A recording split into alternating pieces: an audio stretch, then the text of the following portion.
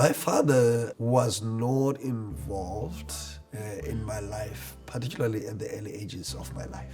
It was a difficult thing because every child wants to have a relationship with their father. At the age of 6 or 7, my father disappeared.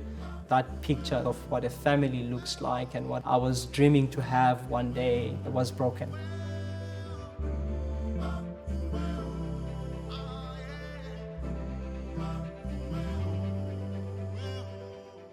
Over 60% of our children are growing up without the presence of a biological father in their home.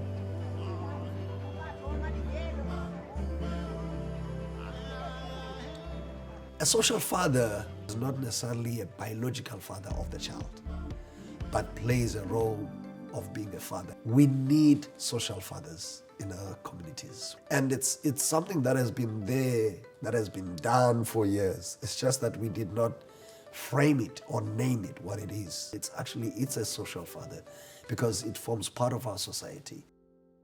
Anger, resentment grew into my heart because I felt alone, like who's gonna teach me now?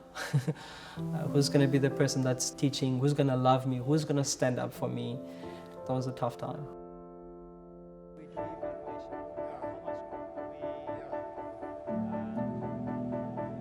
When I stepped into his life, I saw a wounded young man that was raised by a single mother who just had great potential because I could see the potential in him, but just needed someone to hold his hand. And I think I became that person. He's actually the one that officiated our wedding from day one, where I was just a young man in a rough shape. And I think there's a lot of me or people with a similar story all around our country and around the world.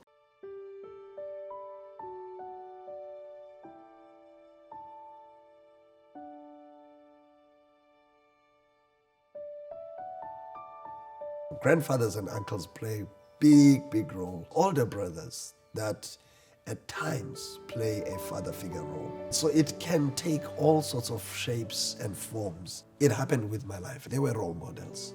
They shaped my identity. They showed me how to do life.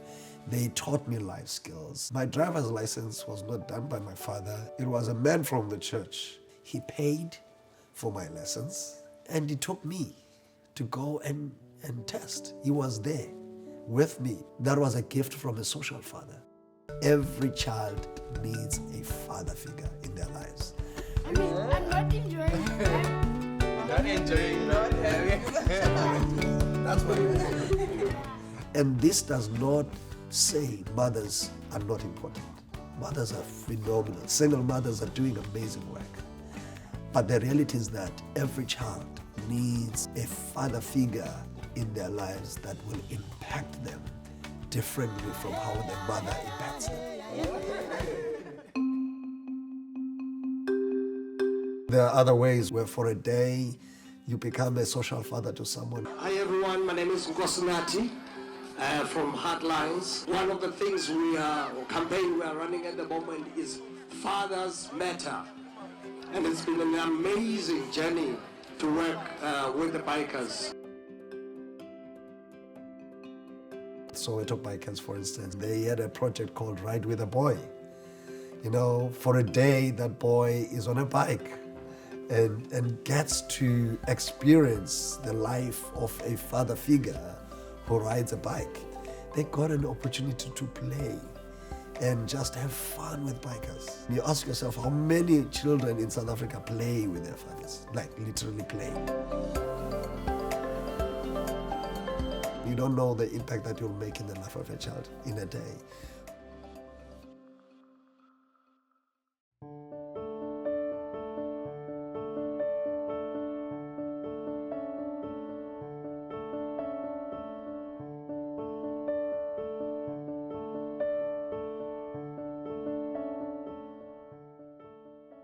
I was raised by my mother.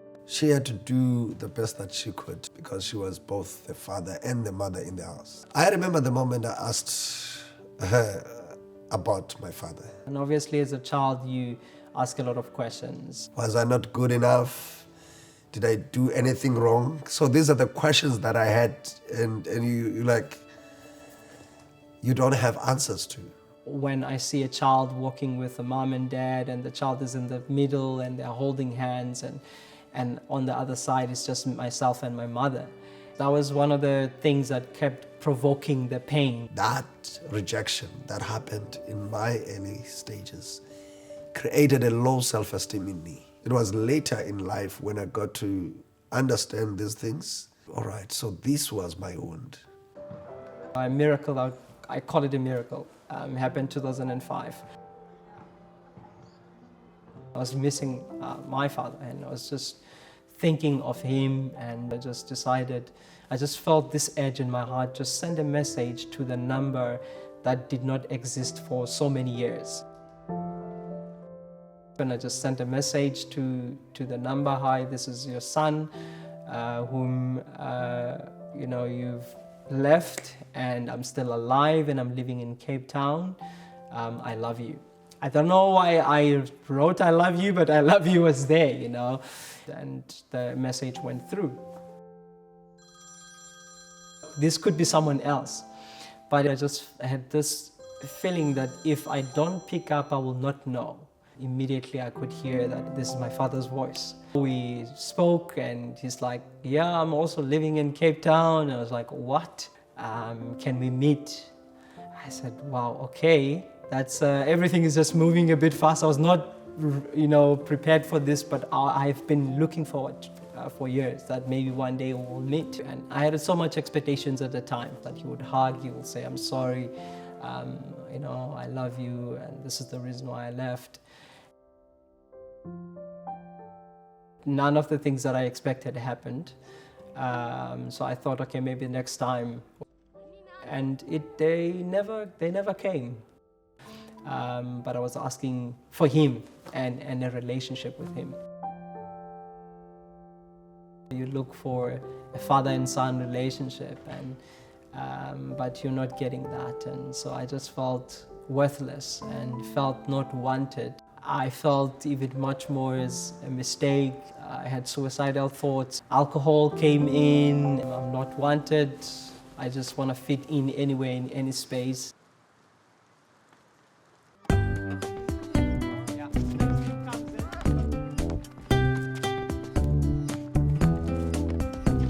From a very young age, coaches were these father figures that I looked up to, like authority figures that were part of our lives.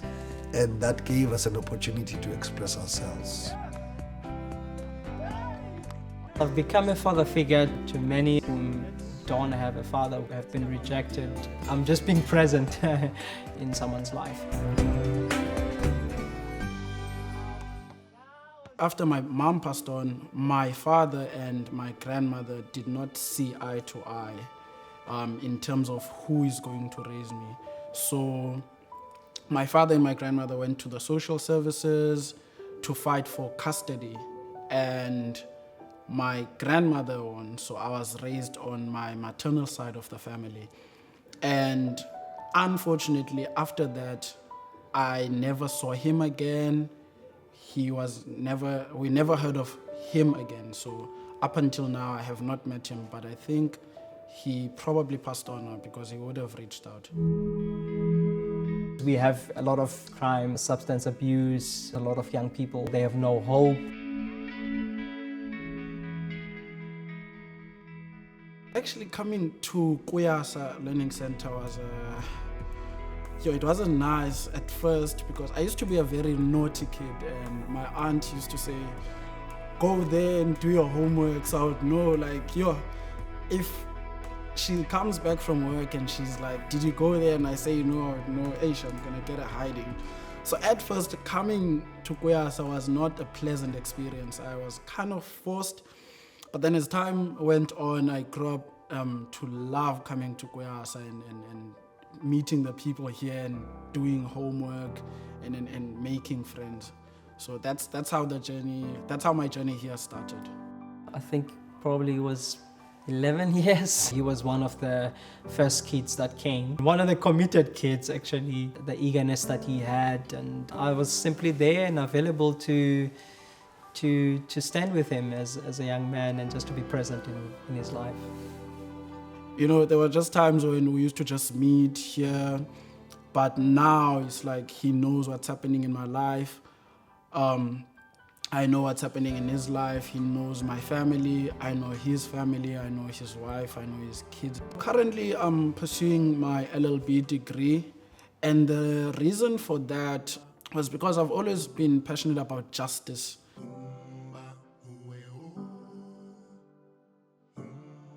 What is important is the constant presence of a male figure in the life of a child. We need more of such individuals. You can't be tired, no sobs here. It was just an amazing journey of father and son relationship, to hold his hand and journey with him in terms of his growth. I'm not an outsider, but I'm part of the family, which has really given me a beautiful picture of what a family structure looks like. What does a father do in the home? My relationship with Luvuyo, it has grown from strength to strength. He knows the people that are raising me. He knows where I stay at school. It's just how he models out his life, because I don't only learn by hearing, I actually learn by seeing. So going to his house and being with his kids and his wife and just seeing how he treats them, seeing how he treats other, he's very famous. Like, people love him so much. Social fathers are needed in our communities. There's a young boy there, there's a young girl there that needs to be impacted in some way or another by a father figure.